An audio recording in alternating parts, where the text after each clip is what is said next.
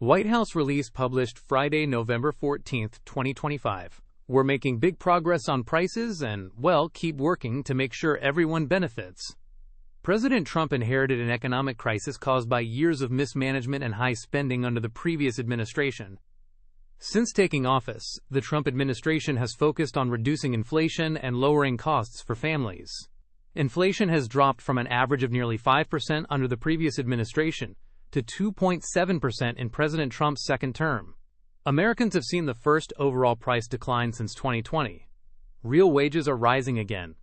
After accounting for higher prices, Americans' real wages have grown by nearly $700 and are on track to increase by almost $200 after President Trump's first full year in office.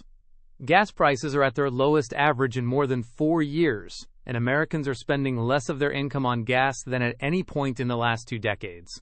Prices for everyday staples like eggs, butter, fruit, and cereal are starting to decline. Housing costs are moderating, with mortgage rates down 12% since President Trump took office and shelter costs at their lowest level in 4 years.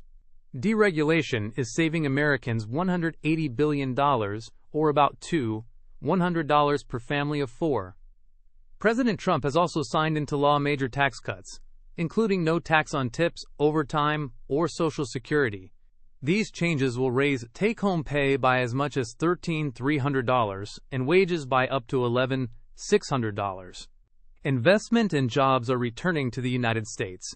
Companies have invested trillions in U.S. operations, creating hundreds of thousands of new jobs. The deficit is being reduced through spending cuts, economic growth, and tariff revenues. There are now 1.9 million more American-born workers employed than when President Trump took office. More people are working now than at any time in U.S. history. The Trump administration remains committed to lowering prices and strengthening the economy for all Americans.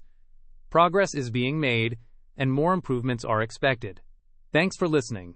The full source material for this summary is in the description below.